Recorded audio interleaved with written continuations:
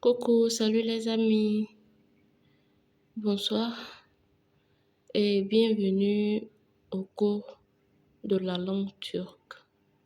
Aujourd'hui, nous allons commencer avec l'alphabet turc. Je tenais avant de commencer à remercier toutes ces personnes-là qui, après avoir regardé la première vidéo, ont pris le temps de s'abonner et de liker. Cela me va vraiment droit au cœur et je vous demande de continuer à liker toutes les vidéos qui vont continuer de paraître. Et je vous exhorte aussi à encourager d'autres personnes à s'abonner et à liker. N'hésitez pas à me laisser des commentaires pour voir s'il y a quelque chose que vous auriez préféré que je fasse autrement. Si vous ne comprenez pas une quelconque partie des explications que je donne là, n'hésitez pas à me laisser un commentaire. Je me ferai un réel plaisir de vous répondre. Alors, sans plus tarder, nous commençons. L'alphabet turc est composé de 29 lettres. Et ces lettres-là, je vais les lire et les prononcer. Ici, je vous conseillerais vivement de commencer à prendre note. Parce que après cela, je pense que nous allons aller un peu plus vite. Et de ce fait-là, vous aurez du mal à tout retenir. Alors, je vous recommande de ici faire comme moi, avoir un petit cahier où vous prendrez des notes. Mais ensuite, je pense que je me ferai un plaisir de mettre des supports que vous pourrez télécharger. Mais pour le moment, je pense qu'il serait bon pour vous de commencer à prendre note. Donc, sans plus tarder, nous allons commencer avec la lecture de l'alphabet. A, B, G, Ç. Ici en turc, le C se lit G. Le C se lit Ç.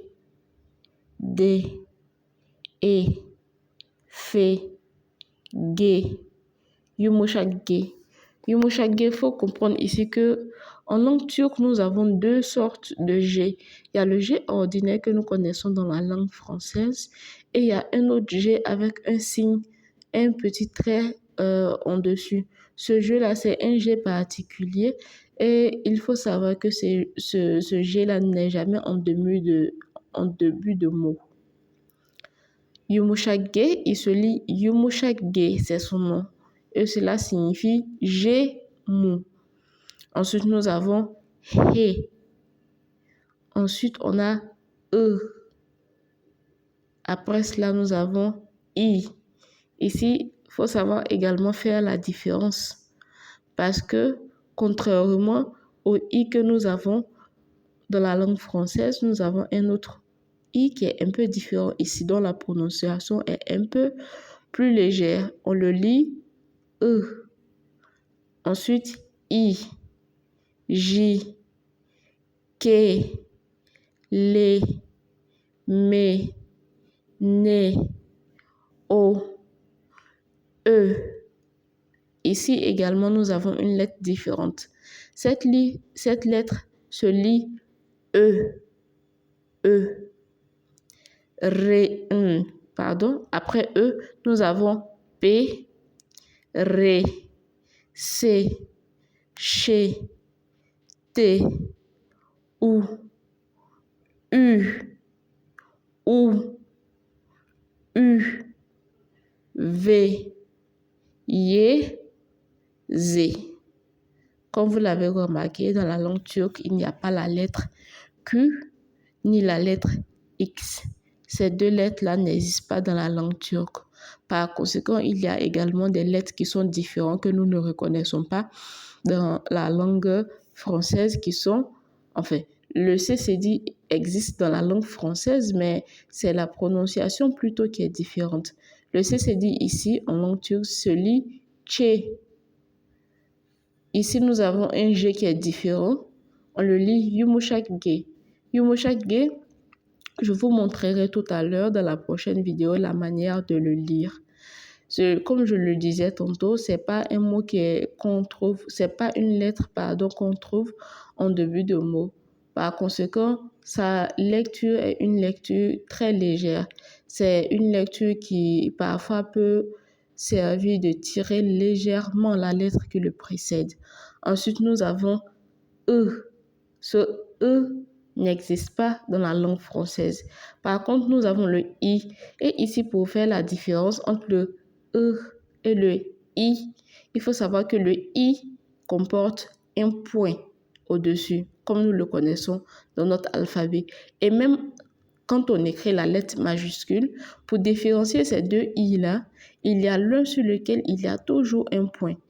En français, le I majuscule ne comprend pas de point.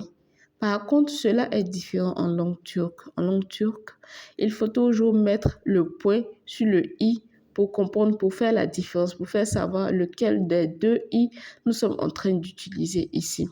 Ensuite, nous avons la lettre E. E que je pourrais représenter par l'écriture que nous, en langue française, nous faisons en utilisant la lettre E et la lettre U. Voilà, pour vous faciliter un peu le codage. Donc, ça, c'est la lettre E. Ensuite, nous avons ici la lettre chez. Comme quand on dit je vais chez papa. Chez, ce chez, donc c'est cette lettre S avec un petit trait au-dessous. Je vais représenter cela en disant la lettre S cédille. Une lettre S avec une cédille. Donc la lettre S cédille en langue turque se lit chez. Ensuite, nous avons ici deux sortes de lettres U. Nous avons le U ordinaire que nous connaissons dans la langue française. Ensuite, nous avons ce U avec deux points au-dessus. Le U que nous connaissons dans la langue ordinaire, dans la langue turque, dans la langue française, pardon, est en langue turque OU. Donc, cette lettre sur laquelle ma main est actuellement, mon doigt est actuellement, est la lettre OU. Celle par contre, le U par contre, avec deux points au-dessus, est le U que nous connaissons dans la langue française. OU. U. Donc voilà, je vais faire un petit récapitulatif de l'alphabet. A, B, J, Ç, D, E, F, G, yumuşak G, H, I, I, J,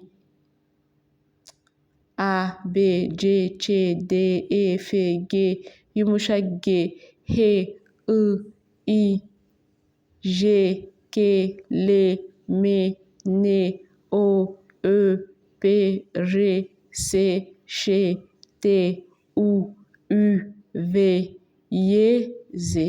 Donc, voici un peu les 29 lettres de l'alphabet turc.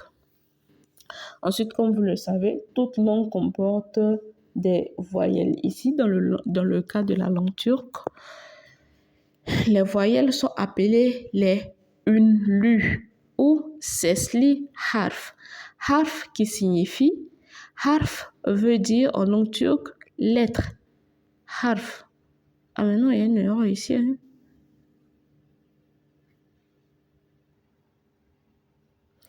Ici, comme vous le savez, tout alphabet comprend des lettres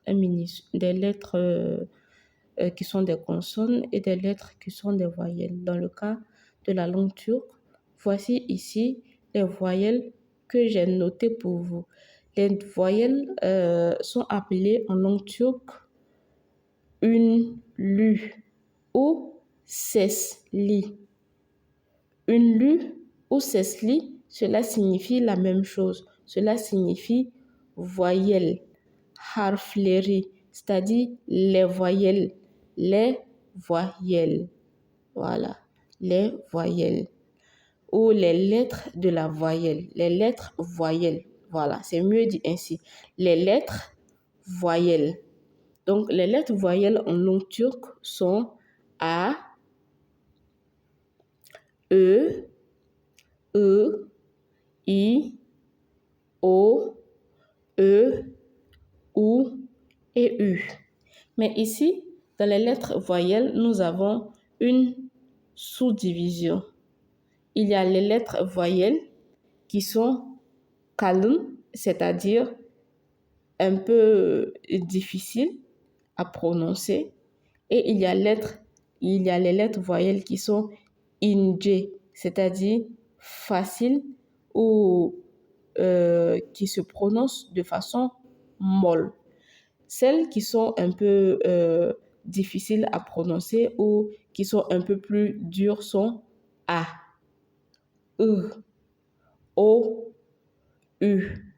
Et si vous faites attention dans la prononciation de toutes ces quatre premières lettres là qui sont dites un peu dures, la bouche fait un jeu rond qui montre un peu qui dénote une petite difficulté dans la prononciation de ces lettres-là.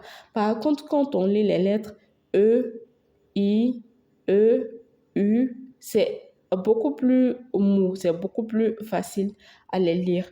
Et j'aimerais revenir sur le fait de cette lettre-là, qui est le G.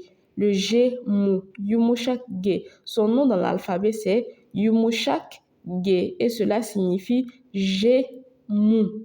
Un G qui est mou. Voilà, c'était pour